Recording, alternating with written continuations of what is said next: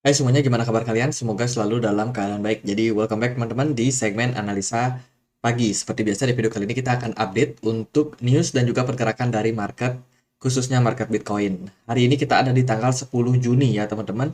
Kita udah dapat beberapa data dari CPI untuk China di perdagangan yang kemarin. Kalau kita lihat, China udah masuk ke fase deflasi. Inflasinya udah nggak naik lagi, justru inflasinya malah mengalami penurunan.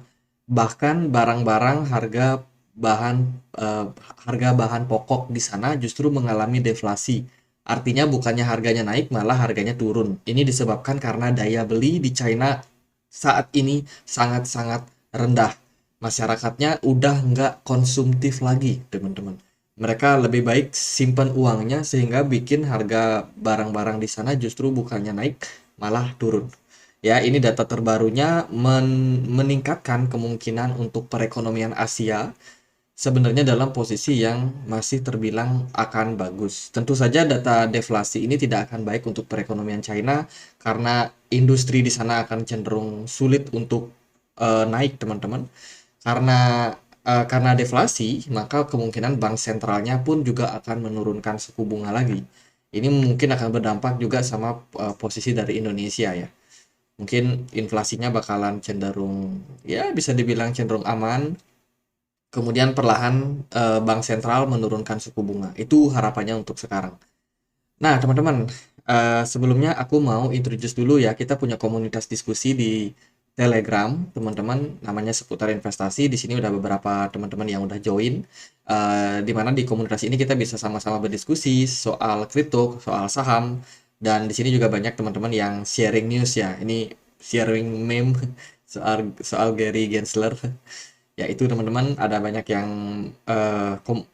teman-teman di sini yang mau berbagi. Jadi buat teman-teman yang mungkin mau join meramaikan komunitas, mau diskusi, boleh join, linknya bisa temukan di kolom deskripsi. Dan kita ada satu channel lagi di Telegram, ini tempat aku berbagi informasi ya, kalau ada update-update terbaru tentang kripto, tentang saham atau dunia finansial. Di sini aku akan update langsung di update news Bitcoin. Oke, gitu aja introduce-nya. Sekarang kita akan lihat monitor suku bunga The Fed. Teman-teman, kita bakalan dapetin FOMC meeting pada tanggal 4, em, ya pada 4 hari ke depan ya. 4 hari ke depan tanggal 15 Juni 2023 akan ada FOMC meeting, dan sementara konsensus meyakini bahwa The Fed bakalan pause. Sebanyak 70% konsensus bakalan yakin The Fed masih bakalan mempertahankan suku bunga yang sekarang. Eits, tunggu dulu. Ingat, kita ada news penting.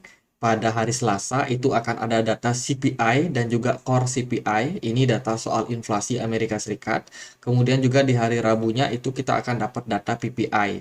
Langsung hari Senin dini hari kita akan dapat FOMC meeting. Jadi Selasa, Rabu, Kamis itu menurut saya menjadi waktu yang sangat-sangat berbahaya.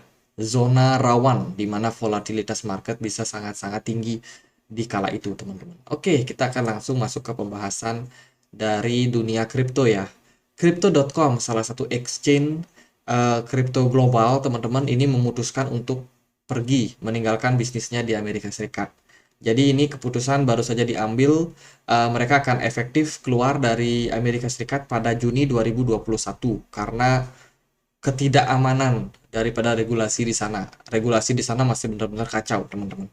Sebelumnya ya ada beberapa yang udah keluar dari Kanada juga, ada yang memang seperti Binance US yang udah memang planning dari jauh-jauh hari untuk keluar dari Amerika Serikat, dan sekarang dia kena kasus.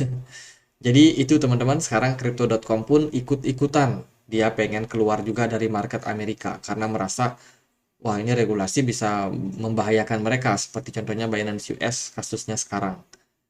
Itu terus beda dengan Amerika, Uni Eropa ini cenderung lebih apa ya, lebih mapan bisa dibilang. Mereka sudah menyiapkan yang namanya regulasi buat kripto dengan menambahkan MiCA ke dalam official jurnal mereka. Jadi pada tahun 2024 mereka menargetkan regulasinya akan selesai dan European Union atau Uni Eropa akan siap, teman-teman. Tentunya ini akan membawa era baru ya untuk perdagangan dari cryptocurrency yang lebih terregulasi. Jadi ini mungkin positif lah buat kondisi saat ini. Terus kemarin itu Sisi apa ya? Sisi bilang teman-teman kepada para karyawan mereka, kalau mereka nggak suka silakan tinggalkan. Maksudnya silakan tinggalkan Binance. Jadi Binance sekarang lagi dirundung banyak sekali masalah ya. Terutama soal regulasi dari SEC mulai dari hari Senin kemarin dan sekarang masih belum clear juga teman-teman. Nah ini menimbulkan komplain di kalangan bawah internal daripada Binance. Jadi sebenarnya berita soal soal yang namanya regulasi ini, masalah regulasi dari SEC ini tidak hanya diributkan oleh para petinggi, tapi juga di kalangan bawah. Beberapa dari mereka ada yang udah mulai tidak nyaman dengan kondisi sekarang. Dan siap-siap kalau mereka nggak suka, mereka bisa tinggalkan Binance. Jadi Sisi yang bilang kayak gitu.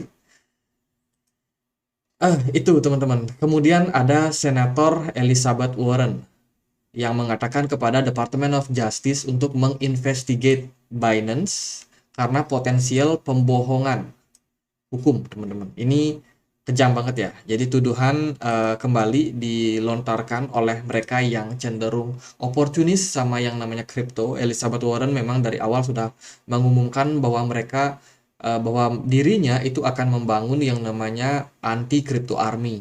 Jadi pasukan anti kripto, teman-teman. Untuk apa? Untuk ngefat. Tujuannya buat apa? Tujuannya buat pemilu 2024 nanti. Karena mereka mencari yang namanya suara ya.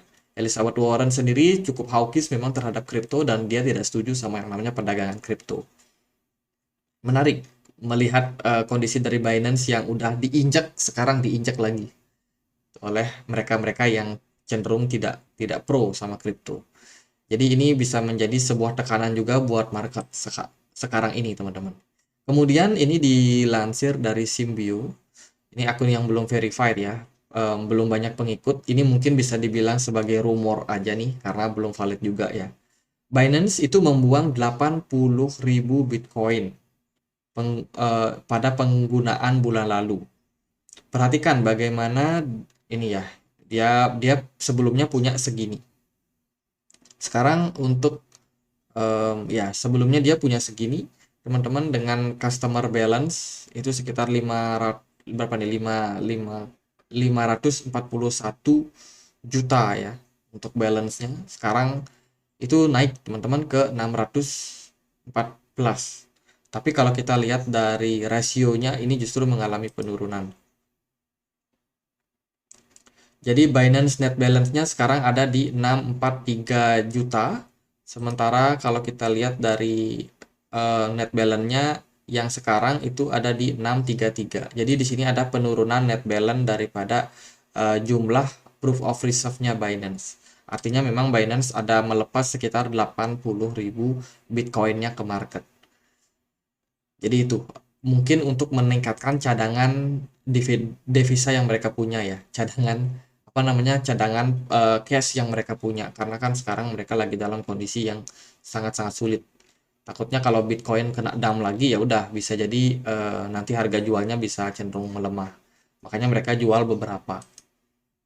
Terus kemarin tanggal 8 teman-teman 2 hari lalu ini ada Gary Gensler yang speech. Ini membahas perihal soal global exchange dan juga vintage conference. Jadi intinya regulasi itu butuh untuk dilakukan oleh SEC karena adanya kemungkinan token-token seperti BNB, seperti exchange seperti Binance US, Coinbase yang menimbulkan bahaya. Bahaya ya, bahaya buat pengguna, buat regulasi juga, buat keuangan Amerika Serikat. Jadi intinya itu, teman-teman. Jadi speech-nya kemarin lebih banyak berbicara perihal bahaya-bahaya soal cryptocurrency. Ini benar-benar hawkish ya. Kemudian ini ada statement juga, ini dari Vanessa Countryman. Ini adalah sekretaris dari Securities Exchange Commission. Dia bikin surat, teman-teman. Ini soal DeFi, soal DEX, soal DeFi. Ini warning buat teman-teman yang ada pegang koin DeFi, DEX, itu udah mulai harus berhati-hati. Karena yang namanya crypto asset yang sifatnya DeFi ini bakalan digebukin lagi sama SEC. Setelah mereka menyerang exchange, centralized exchange, kemudian altcoin yang dianggap sebagai sekuritas, dan sekarang giliran DeFi yang bakalan mereka hajar babak belur juga. Makanya teman-teman berhati-hatilah yang punya AAV, terus PancakeSwap, Uniswap, yang swap-swap itu, ya itu teman-teman. Untuk sekarang sepertinya belum waktunya untuk teman-teman apa ya, melakukan akumulasi dan lain sebagainya karena regulasi masih belum clear. Takutnya ada beberapa DEX yang kedepannya harus di apa ya, didaftarkan ke yang namanya SEC. Itu kan menghilangkan yang namanya decentralized mereka. Jadi namanya decentralized ya tidak diawasi oleh satu otoritas teman-teman, tapi dia diawasi oleh komunitas mereka dari setiap apa namanya, validator yang ada. Tapi kalau dia udah masuk ke Securities Exchange Commission, itu kan dia udah berarti masuk ke tahap-tahap centralized. Jadi decentralized-nya udah bisa dibilang dihilangkan. Jadi itu ngeri ya. Kemudian juga ada Cardano, Polygon, dan juga Solana yang akan delisting di Robinhood. Robinhood ini adalah salah satu exchange yang cukup familiar di Amerika Serikat, teman-teman. Jadi dia akan melakukan delisting untuk koin-koin ini. Jadi tentunya volume perdagangan daripada aset ini, Cardano, Polygon, sama Matic akan semakin menurun lagi. Jadi itu beberapa news yang ada sekarang, teman-teman. Hari ini weekend, mungkin volume perdagangannya nggak terlalu gimana-gimana. Kita akan update dulu dari pembahasan indeks dolar ya. Indeks dolar kemarin dalam posisi tertekan. Sekarang udah balik ke level supportnya kisaran 103, teman-teman. Dan posisi ini tentunya bisa dibilang menjadi posisi yang kurang begitu bagus untuk indeks dolar ya. Sementara tekanan jual memang masih tinggi karena kemungkinan The Fed bakalan pause, tentunya indeks dolarnya mengalami penurunan, tapi ini masih bisa berubah, apalagi kalau data CPI dan PPI-nya mendukung untuk US dollar, katakanlah inflasinya meningkat. Nah, itu bisa menjadi hal yang berbeda. Sementara itu, dari pergerakan Bitcoin, Bitcoin cenderung masih bergerak sideways. Dari time frame daily-nya di perdagangan kemarin nggak terlalu bergairah, meskipun volumenya masih cukup bagus. Dan di perdagangan hari ini pun Bitcoin hanya bertahan di kisaran 26.700. Pergerakan market masih cukup ambigu, market masih belum jelas. Kalau menurut saya dia lagi nunggu soal FOMC meeting 4 hari ke depan. Seperti apa keputusan daripada Jerome Powell. Itu sih teman-teman yang kita bisa perhatikan. Untuk sekarang, posisi sekarang, volume smart money-nya cenderung mengalami penurunan, bahkan kosong, dengan volume perdagangan yang cukup tinggi. Artinya apa? Artinya di jangka waktu yang sekarang, ya kemungkinan spekulan lah yang lebih banyak memainkan market. Tapi Wheels belum menentukan pilihan mereka. Apakah bakalan naikin market atau belum, itu belum kelihatan sampai sekarang ini. Sementara Bitcoin bergerak di dalam sebuah descending triangle dengan fake out yang pernah terjadi turun ke 25.000 ini. Kita consider ini sebagai fake out, dan di sini aku masih punya masih melihat adanya kemungkinan untuk Bitcoin kembali bisa terkoreksi ke 25.000, katakanlah data inflasinya menunjukkan tren yang negatif buat Bitcoin. Katakanlah inflasinya naik. Nah, itu bisa menjadi tren ataupun bisa menjadi tren negatif kelanjutan untuk Bitcoin ya. Turun sampai kisaran 25.000, mencari area-area support di sana. Tapi let's say kalau memang inflasinya bagus, ya bisa jadi inflasi turun dan pergerakan Bitcoin akan kembali ngepump, teman-teman. Itu harapan kita semua. Jadi buat sekarang saya rasa untuk pergerakan dari Bitcoin masih cukup ambigu ya, belum terlalu clear. Sementara untuk Bitcoin dominance ini menguat lagi, teman-teman. Altcoin siap-siap kena pressure lagi ya, beberapa altcoin lagi merah. Solana juga dengan kabar delistingnya drop sampai kisaran 17.000. Kemudian juga ada Matic, sama juga berita dari Robinhood itu bikin dia drop lagi ke kisaran 0,7 dolar. Sementara koin-koin yang nggak ada kabar delisting itu naik, PP naik 6%, terus XRP sangat strong, teman-teman. XRP bagus ya. Kemudian juga Litecoin bisa dipantau karena dia lagi ada mau halving ya. Cuman kemarin aku udah bahas juga sih buat analisanya Litecoin. Jadi itu teman-teman, market cenderung boring.